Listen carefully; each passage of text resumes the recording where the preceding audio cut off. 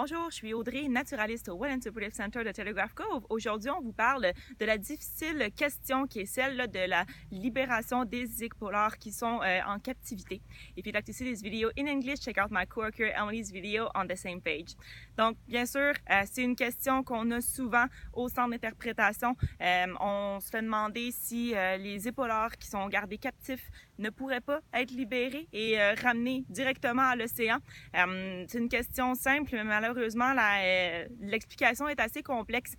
Donc, avant de se lancer vraiment dans le sujet, on veut simplement vous faire une petite note dès le début de la vidéo pour vous dire qu'on ne tient pas à prendre position. Donc, c'est pas le but recherché dans cette vidéo.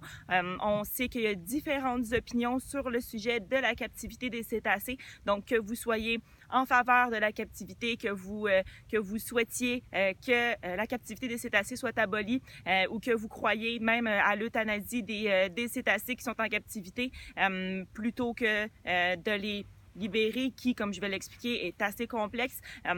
Votre opinion est la vôtre et nous, on tente vraiment de seulement apporter une explication à cette question-là qui est vraiment complexe et qui pose plusieurs problématiques. Donc, la captivité des cétacés est devenue très controversé comme sujet, comme enjeu, surtout depuis, vous avez sans doute vu le documentaire Blackfish, vous pouvez aller le voir sur Netflix, donc il est sorti il y a quelques années et ça a vraiment alimenté le mouvement anti-captivité des cétacés et puis on avait déjà commencé à voir cette question-là être soulevée avec les films Free Willy, donc Sauver Willy. Ce qui s'est produit, bon, évidemment, on connaît sans doute tous l'histoire, mais le fait est que les gens qui avaient vu ce film-là se sont rendus compte qu'évidemment Willy, donc Keiko qui jouait le rôle de Willy n'était pas exactement libre. Alors Keiko était, après la production du film, était encore dans une piscine quelque part. Alors ça a vraiment créé, les gens étaient émotivement attachés au personnage de Willy et donc par défaut à Keiko également.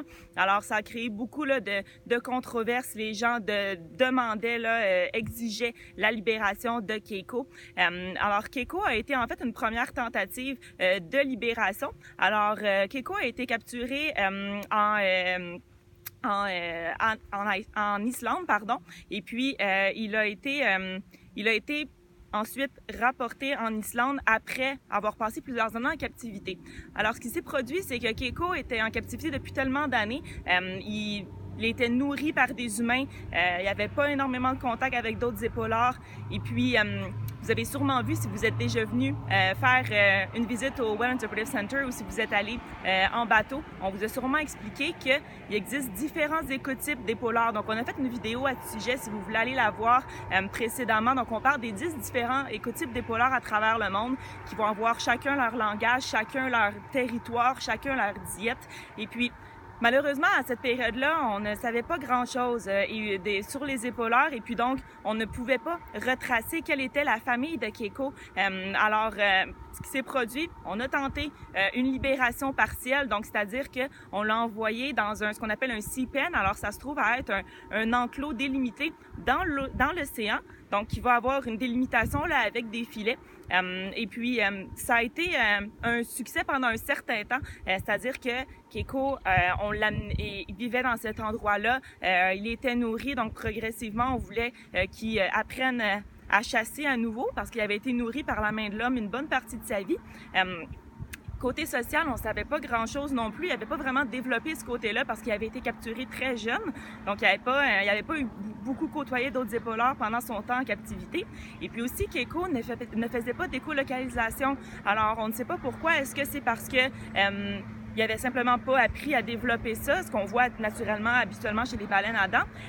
C'est sans doute aussi parce qu'il n'y avait pas besoin de ce système-là, parce que, étant donné qu'il était en captivité, avec le temps, il connaissait bien les recoins de sa piscine, donc il n'avait plus besoin de se repérer après un certain moment.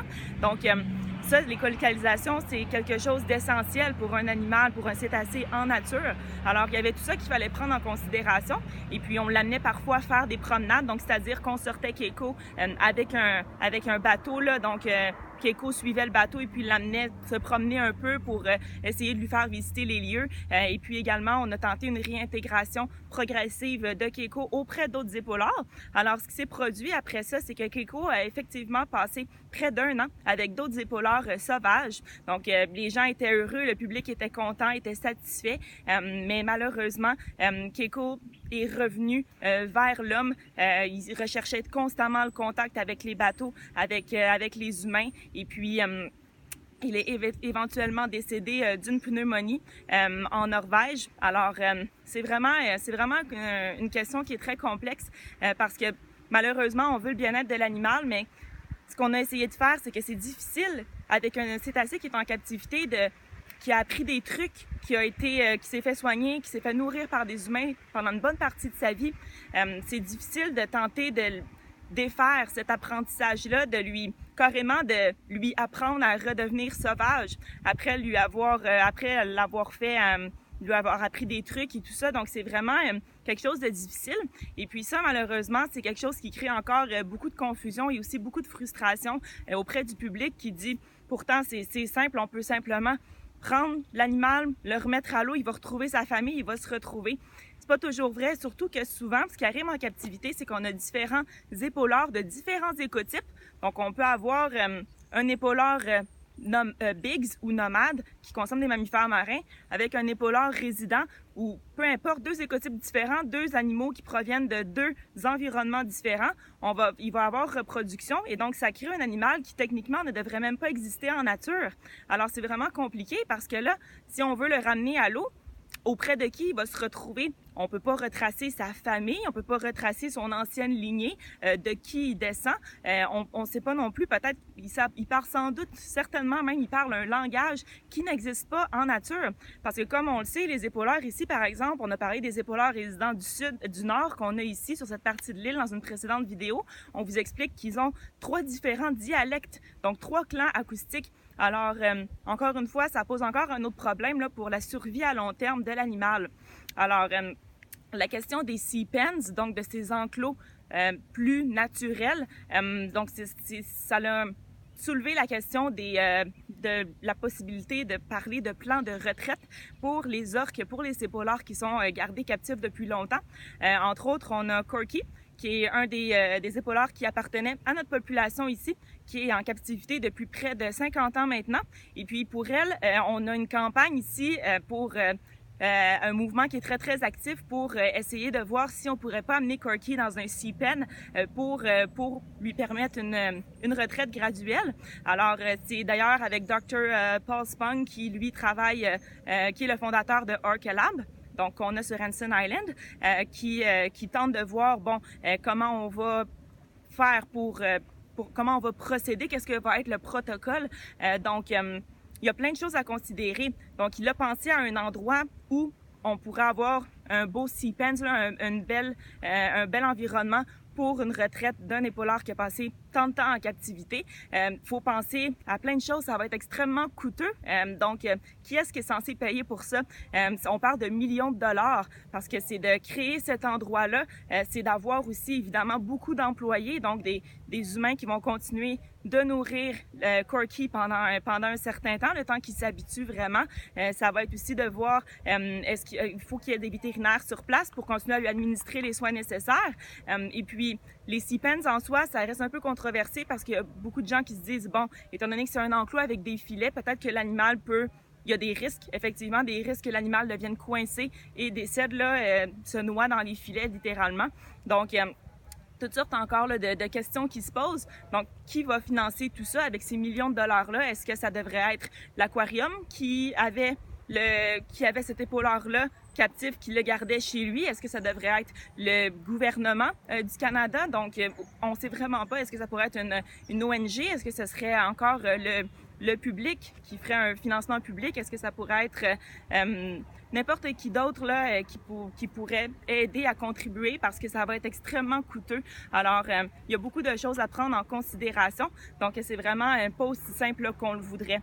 Alors, voilà un peu là pour la question de la retraite, de la libération, si vous voulez appeler ça comme ça, des épaulards captifs pour les ramener en milieu naturel. Donc, tout ce qui est question de habitudes naturelles, l'instinct qui ont été perdus, la question de comment il va se remettre à se nourrir et puis est-ce qu'on peut le réunir avec sa famille qui est restée, elle, en nature. Alors, tout ça est à prendre en considération. Donc, c'est pas aussi simple là, qu'on le pense de retirer des épaulards de leur vie là, en captivité. Alors, voilà un peu. Encore une fois, c'est vraiment pas une question d'opinion. On voulait simplement vous montrer à quel point c'est complexe quand on se fait poser cette question-là. Alors, voilà. Merci pour votre attention. C'est aujourd'hui notre dernière week clip, donc notre dernière vidéo. Alors, on vous remercie de nous avoir suivis. Merci pour votre intérêt, votre enthousiasme. Merci d'avoir interagi avec nous, de nous avoir écrit des commentaires, d'avoir partagé les vidéos. La saison n'est pas entièrement finie. Alors, je serai ici au centre d'interprétation jusqu'à la fin septembre. Donc, on reste ouvert. Alors, au plaisir de vous voir pour ceux qui ne sont pas encore venus nous visiter. Et pour les autres qui sont venus cet été, encore merci et on espère vous voir l'an prochain. Passez un bel automne et un bel hiver et à la prochaine saison.